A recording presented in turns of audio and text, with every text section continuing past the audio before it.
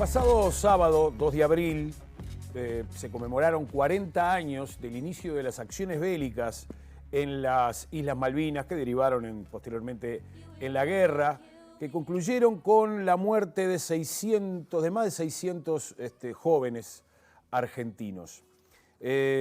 Hoy tenemos para conversar con nosotros al periodista argentino, al sociólogo argentino, Roberto Herzscher, que, como les decíamos anteriormente, tiene la particularidad de que en aquellos momentos, hace 40 años, fuera convocado precisamente a participar en esta guerra. Muy buenos días, Roberto, ¿cómo estás? Muy buenos días. Yo creo que estoy mejor que el sábado. Fue una especie de panzada de recuerdos de todo tipo. Tengo 4 grupos de WhatsApp de veteranos de guerra y era como una especie de viaje al pasado. Hoy estoy un poco más en el día a día de ahora mismo. Bien, nosotros ahora te encontramos en Santiago de Chile, que es donde estás viviendo, ¿no? Sí. Yo sigo escribiendo, publiqué 2 libros el año pasado, pero principalmente soy profesor de periodismo, que es bien complicado en estos tiempos. Ahora en un rato me toca una de las secciones en las que enseño introducción al periodismo a alumnos de primer año. Soy profesor de la Universidad Alberto Hurtado, es la universidad de los jesuitas aquí en Santiago de Chile. Roberto, hace 40 años, ¿con cuántos años te agarró? ¿En qué momento de tu vida te agarró esa convocatoria para ir a la guerra, nada menos, cuando eras un chiquilín, cuando eras casi un adolescente? Éramos más, además yo veo a los chicos de 18, 19 años ahora y realmente yo tengo la impresión de que nosotros éramos más inocentes, menos conocedores de la vida. Toda mi generación empezó la adolescencia con el golpe de Estado de 1976. El golpe fue la misma semana que yo entraba al colegio secundario. Viví toda mi adolescencia bajo estado de sitio, con ese miedo difuso de los desaparecidos, que era ahora en ese momento precisamente lograban ese objetivo de que el miedo fuera mayor porque no se sabía a quiénes se llevaban y qué pasaba. En 1980, cuando cumplí 18 años, a nosotros nos sorteaban para el servicio militar obligatorio. A mí me tocó la Marina. Entré el 2 de abril del 81 y estaba por salir cuando se toman las Islas Malvinas, y el 11 de abril, dentro de unos días se van a cumplir 40 años de eso, me mandaron junto con, éramos unos 10.000 en total, en todas las fuerzas, a las islas, no a la guerra, sino a las islas, y yo, por lo menos, y la gente que yo recuerdo que estaba a mi alrededor, ahora por ahí por una especie de tratar de acordarse de un heroísmo que en ese momento yo recuerdo poco. Alguno puede acordarse de que quería que hubiera guerra. Yo quería que no hubiera guerra. Yo sabía cuán poco preparada estaba la fuerza a la que yo pertenecía, y cómo eso podía ser un absoluto desastre. Y entonces la guerra empezó un mes después, en mayo, realmente con el hundimiento del crucero General Belgrano, que terminó con las posibilidades que había por varios lados, por las Naciones Unidas, por el Papa, por Perú, para que hubiera un acuerdo diplomático.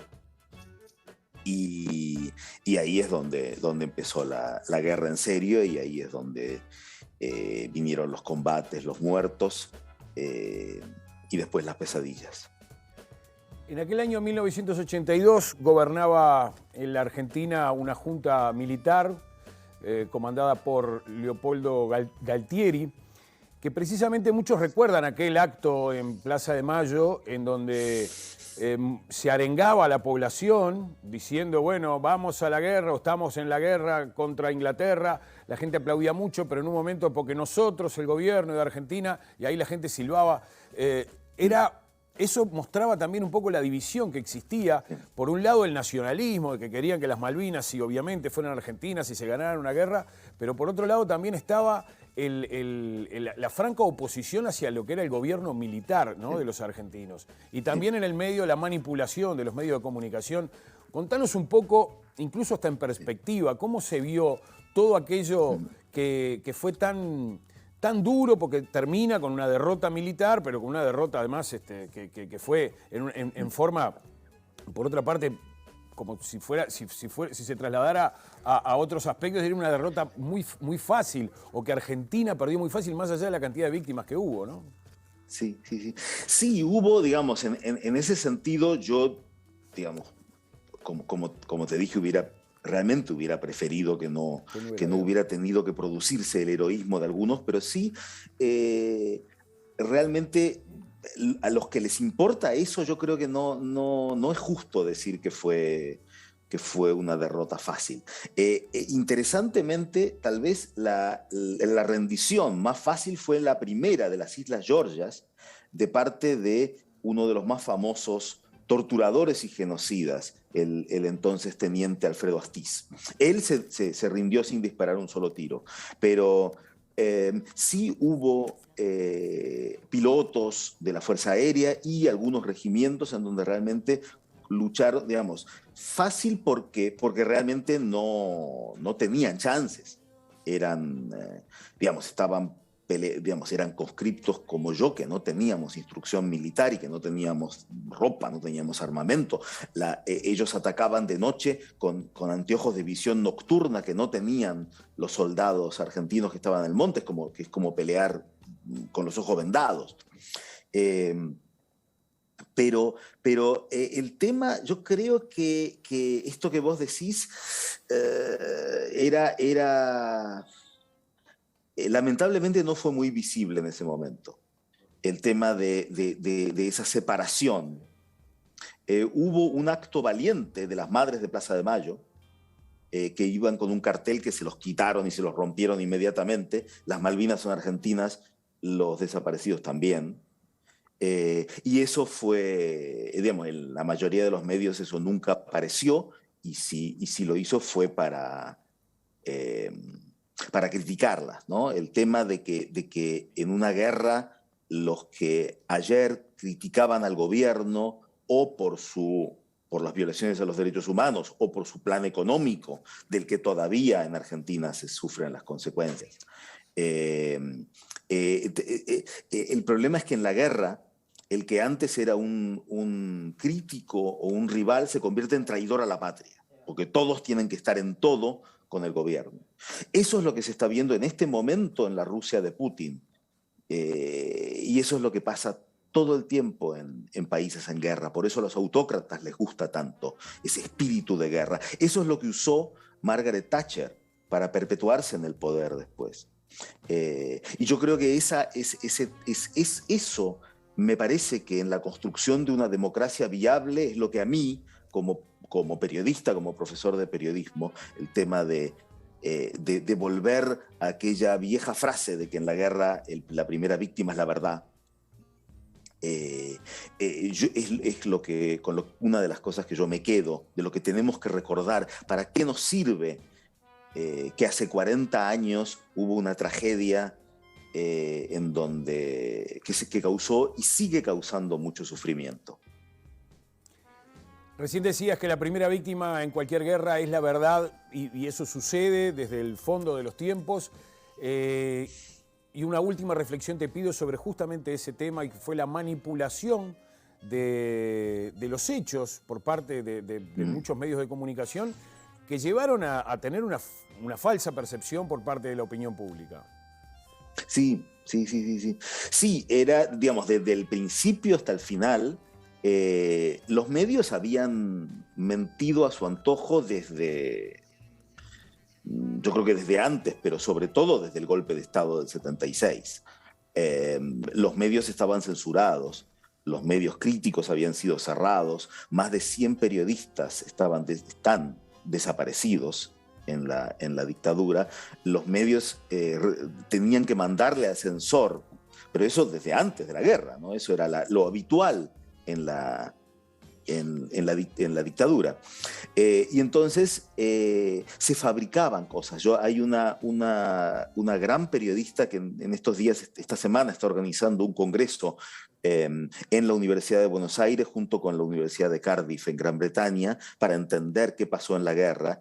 Y ayer en redes contaba una historia muy interesante, cómo la revista Gente, que era la más famosa de esa época y la que tenía aquellas portadas de estamos ganando, seguimos ganando, hundimos al invencible, que todo era mentira. Incluso yo creo que decían que habían hundido a los barcos de transporte que llegaron a Montevideo con los prisioneros de guerra.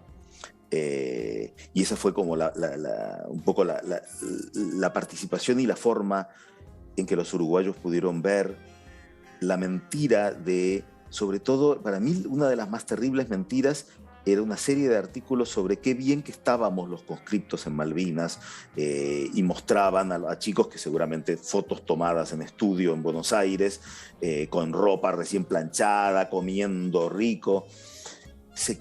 Yo estaba en Marina, yo estaba en un barco, yo estaba en el puerto, pero los que estaban en el monte estaban muertos de hambre, de frío. Realmente estaban a muchos, hacía tanto frío y tenían tan poco abrigo que tuvieron que cortarles las piernas cuando volvieron porque estaban gangrenadas. Realmente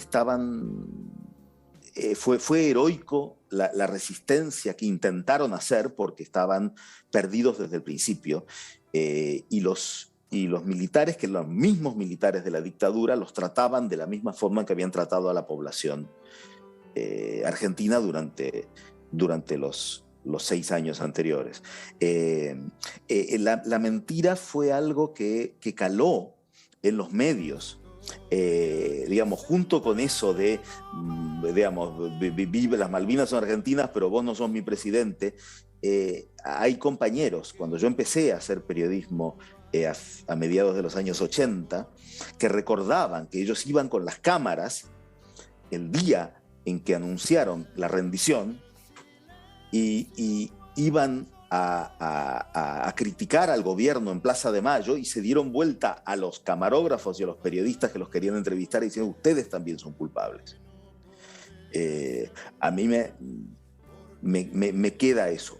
Yo empecé a hacer periodismo en medios que todavía tenían a esos falsos periodistas que por ser acomodaticios y en algunos casos por miedo, se plegaron a las mentiras que les obligaba la dictadura. Es muy difícil volver, somos colegas, realmente cuando vos haces el periodismo que quiere una dictadura, después ser el que crea un periodismo libre en democracia es difícil. Yo creo que esa pelea, tratar al otro como no periodista, es lo que todavía está pasando, siento todavía en el convulso periodismo argentino. En muchos momentos, en la población argentina, yo creo que Malvinas todavía es una herida abierta, que no está cerrada y que no está sanada, y que yo creo que este aniversario tiene que servir para entender qué nos pasó y tratar de sacar lecciones y de mejorar como sociedad a partir de eso, ¿no? Y para seguir entendiendo todo esto, también recomendamos el libro que escribió Roberto Herzog, que se llama Los viajes de Penélope, porque Penélope era el nombre del barco en donde él estaba, destinado durante la Guerra de las Malvinas, ¿no? Era un barco pequeñito, que justamente era lo que decías, que ustedes estaban parados allí en el puerto, y bueno, ahí leyendo ese libro se va a poder seguramente entender un poco más, aunque realmente cuesta mucho entender esta guerra tan injusta y tan cruel, ¿no? Sí. Y yo te agradezco, les agradezco mucho. Yo creo que tal vez un poquito a la distancia, yo lo veo con mis amigos aquí en Chile, ustedes en Uruguay, tal vez sin lo tan emotivo, lo tan doloroso que es para nosotros los argentinos, me parece que es interesante, así, desde una pequeña distancia, poder entenderlo. Para mí, yo creo que la gran crueldad de la guerra es que los que la ordenan, ¿no? Vos estabas recordando aquel discurso de Galtieri, si quieren venir, que vengan, les presentaremos batalla, les presentaremos quiénes. Él no, él se quedó en Buenos Aires. Y hay muchos casos de altos oficiales que maniobraron para que sus hijos no fueran a... Es cierto. Fuimos nosotros, y sobre todo fueron los pobres de Argentina, los de las provincias. Y por eso es que el grueso de los veteranos, que no han tenido durante años ni el apoyo ni la contención, y que muchos están muy mal todavía, y muchos se han suicidado. Hay un cálculo, los gobiernos que han pasado calculan muy pocos los casos de suicidios, porque muchos los dan por accidentes o por otras causas. Pero las asociaciones de excombatientes calculan que son prácticamente tantos los que se suicidaron después de la guerra como todos los que murieron en la guerra. Sí, sí. ¿No? Y en ese sentido, para nosotros la guerra no termina nunca. Y eso yo creo que es lo que nos tiene que hacer pensar y reflexionar en este momento en que en un noticiero, antes o después de esta charla, vienen las terribles imágenes de una guerra que se está desarrollando hoy en otro lado del mundo. Roberto Herscher ha sido muy amable por compartir estos minutos con nosotros aquí en Ciudad Viva, en TV Ciudad. Muchísimas gracias a ustedes y muy buen día y muy buena semana. Muy bien.